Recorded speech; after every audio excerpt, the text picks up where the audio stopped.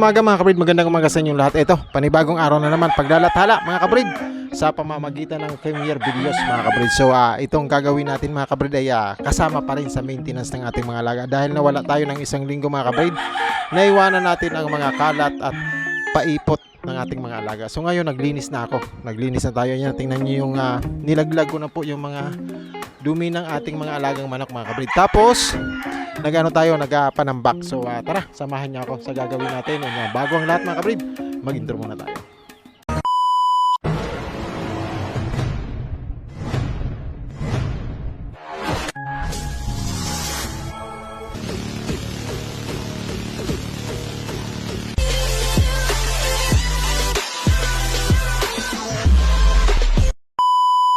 Mga kabrid, nilaglag ko na yung mga ipot mula doon sa taas. Inaano ko lang, tinutulak ko lang, ayan na sila, yung mga ipot ng ating manok. Bali, ang iipunin ko yan, tapos ilalagay natin at gagawin nating pataba doon sa mga halaman nating kamuting kahoy dyan, sa ating mga halaman dyan mga kabrid. So tara, samahan niyo ako. Bumili din ako ng kabrid, sako na paglalagyan, dahil gagawin nating isasako natin at gagawin nating pangdiki mga kabrid. Tapos bumili ako ng trapal para dito, ikakabit natin siya dito kasi para hindi talaga nauulanan ng ating alaga. Ayan, diyan natin siya ikakabit para hindi nauulanan tong mga kulungan natin, kasi ang ating paipot ng ating mga alaga pag nababasa mga kabrid, dun siya nangangamoy. So kailangan nating hindi mabasa yon. Tamo to mga kabrid, hindi nababasa yan, kaya pagtigas, kahit pagpagin mo lang, naghulog-hulog na sila, hindi sila nababasa, kaya hindi sila gaanong nangangamoy mga kabrid. So ang paipot lang natin ay nangangamoy pag nababasa. So kailangan natin lagyan ng trapal dyan kabrid. Plano natin lagyan ng trapal yan. Bumili na tayo ng trapal doon, tapos alambre, para in kaso binat-binatin na lang natin siya, hindi natin siya i-steady para siya, kumbaga sa ditiklop. So dito naman mga kabrid, ganito ang ginagawa ko sa mga sinasako ko kabrid. Pagkasako ko, ayan na sila, ididiki natin to dito para ang daluyan ng tubig mga kabrid hindi pa kalat. Isang daanan lang, ayan, isang daanan lang ang daanan ng tubig. So tara, simulan na natin ang gagawin nating pagsasako at pagdidiki ng ating mga paiputan. Lilinisin din natin yan, tapos titibagin natin to para mapaglagyan natin kabrid ng scratching pin. Ayan, yan ang pangsukat ko dito kabrid, yan ang pangsukat ko dito. Pag nalinis ko na yan, ilalatag ko na ito, tapos pwedeng dalawa dito kabrid, dalawang scratching pin. Tapos para itong mga alaga nating manok mga kabrid, salit-salitan natin silang may exercise na kahit papano, kahit maulan, is exercise natin siya, napapalakad-lakad gamit ang paglagay natin sa scratching pin mga kabrid. So ayan, papantayin pa yan hanggang doon. Tapos itong panambak na to na ipot, pati dito isa, gagawin natin pataba sa ating mga pananim mga kabrid. Tapos ito, tara, simulan na natin mga kabrid. Samahan niyo ako mga kabrid, pakita ko sa inyo yung ginagawa natin dito sa munting backyard natin. Pag-aalaga ng manok, hindi lang pag-aalaga, pag-maintain din ng kanilang kalagayan na maging maayos mga kabrid. Kahit maulan, nakakapagbigay pa rin tayo ng tamang pag-aalaga sa kanila mga kabrid. So tara, samahan niyo ako mga kabrid, let's go! So ayun yung mga kabrid, samahan niyo ako mga kabrid ang ating ginagawang pag-maintain ng ating backyard para maibigay natin sa ating mga alagang manok ang tamang pag-aalaga. Kahit maulan, sa sitwasyon nating maulan sa area natin at tuloy-tuloy, hindi man sumisinag ang araw, panay ulan, maya-maya mga kabrid, kailangan pa rin ng manok natin na ma-exercise or makalakad-lakad. Kasi pag lagi po silang nasa kanilang mga bahay, cages mga kabrid, may tendency or may negative effect sa kanila. Maapektuhan ang kanilang locomotor o paggalaw mga kabrid. Mapapansin nyo sa ating mga alaga or sa iba man or sa mga nag-alaga or sa mga ng mga alagang manok mga kabrid, iba pa rin ang galaw and healthiness ng manok na kumpleto sa exercise. Iba pa rin ang sistema ng laging nasa cages mga kabrid. So sa balansi pa lang, pagtalon nila or paglakad-lakad nila, malaki diferensya ng manok na lumaki sa cages, laging nasa cage, at ang manok na nakakalabas-labas or nakakalipad-lipad, nakakapag-pagaspas mga kabrid. So makikita nyo mga kabrid, mapapansin nyo ang pagtsatsaga natin mga kabrid sa pagsasako, dahil ang lupa na itatambak natin dito or yung titipagin natin na lupa mga kabrid ay isasako natin as gagawin natin pang dike mga kabrid. Itatambak natin siya doon sa mga daluyan ng tubig para po ma-centralize ang daloy ng tubig, yung bang isahang daloy na lang mga kabrid ba, isahang kanal na lang siya. So kasi pag sama-sama silang dumadaloy at marami ang daluyan ng tubig, nasisira po ang ating backyard mga kabrid doon sa banda labas, sa may cordingan natin or sa may laruan natin mga kabrid. So sinasabay ko na, dahil paglilinis ko rin ng kanilang mga dumi mga kabrid na isang i-generalize na natin mga kabrid. Tapos makikita nyo sa aking pamamaraan mga kabrid, ang simpleng wala tayong preparasyon na sinasabi na pagandahan ng beads mga kabrid. Sa atin is natural. Gusto ko mga kabrid bilang backyard breeder na ang mga manunood ko or mga followers natin mga kabrid ay makakita ng isang tunay at aktual na mga ginagawa, sakripisyo natin, pag-aalaga, pananaw, at isang backyard breeder mga kabrid, isang simpleng backyard breeder. Wala tayong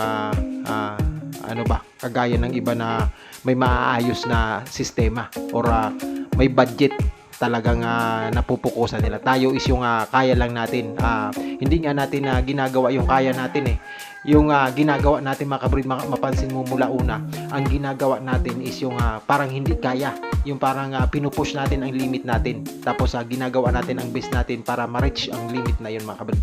Hindi tayo nagko-control sa hindi ko makontrol mga kabrid. Para sa akin, hindi ko siya yung tipong kaya lang yung piri tayo mag-isi-isi. Gusto ko yung medyo na yung sipag ko sa pagtutok medyo na challenge. So halimbawa ang kakayanan lang natin is 1:1, ginagawa natin 1:2. So ito maintenance kabrid.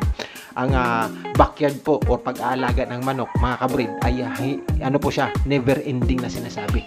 Hanggat lumalaki ang mga manok natin, mayroon tayong maintenance na ginagawa. So pang araw-araw na pagod bilang nag-aalaga ng manok mga kabrid. So kudos or shout out sa mga backyard breeder din na gustong halimbawa gusto mong mag-alaga ng manok.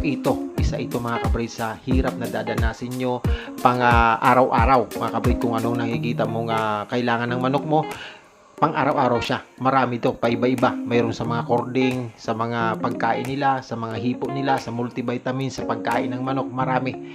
Napakadami po. Iba po ang trato natin sa pag-aalaga ng manok mga kabrid. Isa itong responsibilidad. So kudos pa rin. Kudos sa mga gustong mag-alaga. Pag-isipan nyo muna kung kaya nyo i-maintain mga kabrid. Tapos kudos rin, lalong-lalo na po sa mga nanghihingi ng mga alagang manok, na yung tipong hindi nagpapagod sa pagpapalaki ng manok, tapos bubula-bulahin lang tayo mga kabrid.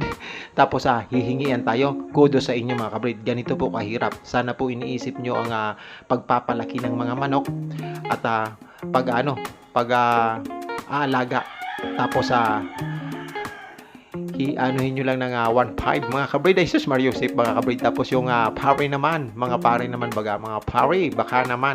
naman yung mga cows mga kabrid. Nako, kawawa sa inyo mga kabrid. Pero okay lang mga kabrid para sa akin, kasi natural yan sa inyo, kasi hindi nyo po alam ang hirap at pagod. So ganun lang kabitaw sa inyo, ganun lang kadali sa inyo ang mga sinasabi nyo, kasi syempre piece to piece yan pag makapal ang piece natin or talagang ganun mga kabrid. So kami naman na may malawak na pangunawa, okay lang yan, kasi kusa naman kami nag-share ng mga pinagpaguran namin pag tipong kailangan na mga kabrid. Gaya sa akin, pag uwi ko ng Bicol, 6 na alagang nokis natin na mga 1.5 months o 1.5 year na ang pinang-share natin. So ganun lang, hindi ko ako nag-share sa mga taong nanghihingi kabrid.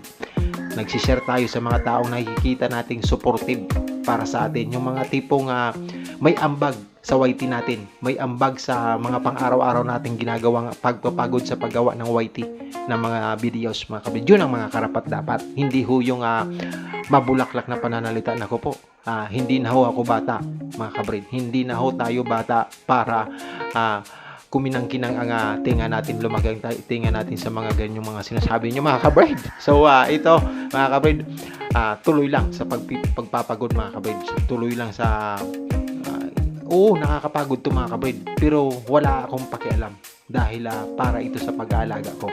Ako po ang magbe-benefit sa ginagawa kong hirap para sa mga alaga ko.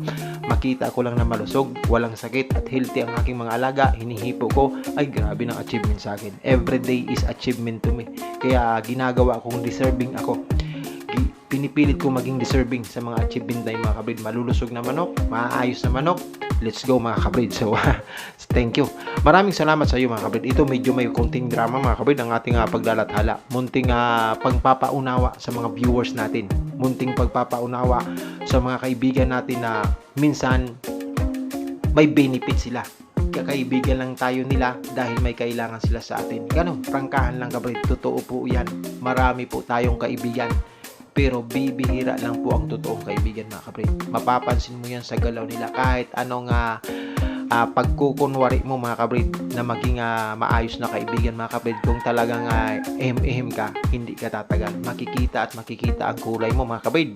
Kung kulay blue ka mga kabrid, lilitaw yan mga kabrid sa aming mga kulay green mga kabrid. So ganun lang. So medyo prangka, medyo makakasakit tayo mga kabrid, pero totoo naman talaga na hindi madali ang pag-aalaga ng manok na pwede mong gawin na 5 seconds na pre, baka naman malaki na ba, pwede na ba, baka naman para naman tayo pag natanggihan mo ay baka pre, ito lang ang kaya 1.5, Mrs. Mariusip. Isang linggong pagkain lang ng mga tandang natin mga kabrid, wala pa ang vitamins mga kabrid. So mabigat siya, responsibilidad siya, mabigat siya, pero mga kabrid, masaya ako dito. Kung gugustuhin kong mapa-improve ang sarili ko mga kabrid, gamit ang ibang pamamaraan sa pag-aalaga ng manok mga kabrid, magagawa natin. Kaso doon tayo lang sa masaya tayo. May sapat na sa akin kabrid, sapat na sa akin ang may 1, 2, 3 mga supportive na mga friends na mga tunay. Sample na dyan ang ating mga kaibigan sa Bicol. Ilang piraso lang yung friend, pero kahit tayo, anytime natin yun, lalong-lalo na yung mga supportive natin na mga OFW. Sample na dyan si Sir Lakwacherong Ilocano mga kabrid. Maraming thank you.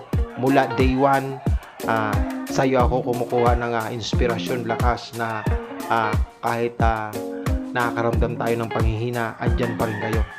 Always positive yung taong to mga kabrid. So maraming salamat sa'yo sir. Nakakapag-provide tayo, kagaya ng mga trapal-trapal na yan, mga pagkain ng manok, malakas ang loob natin mga kabrid. Kaya pag nakuha naman natin ang product ng ating ginagawa mga kabrid, anytime you like, may napili ka dyan sir, deserve mo yan mga kabrid.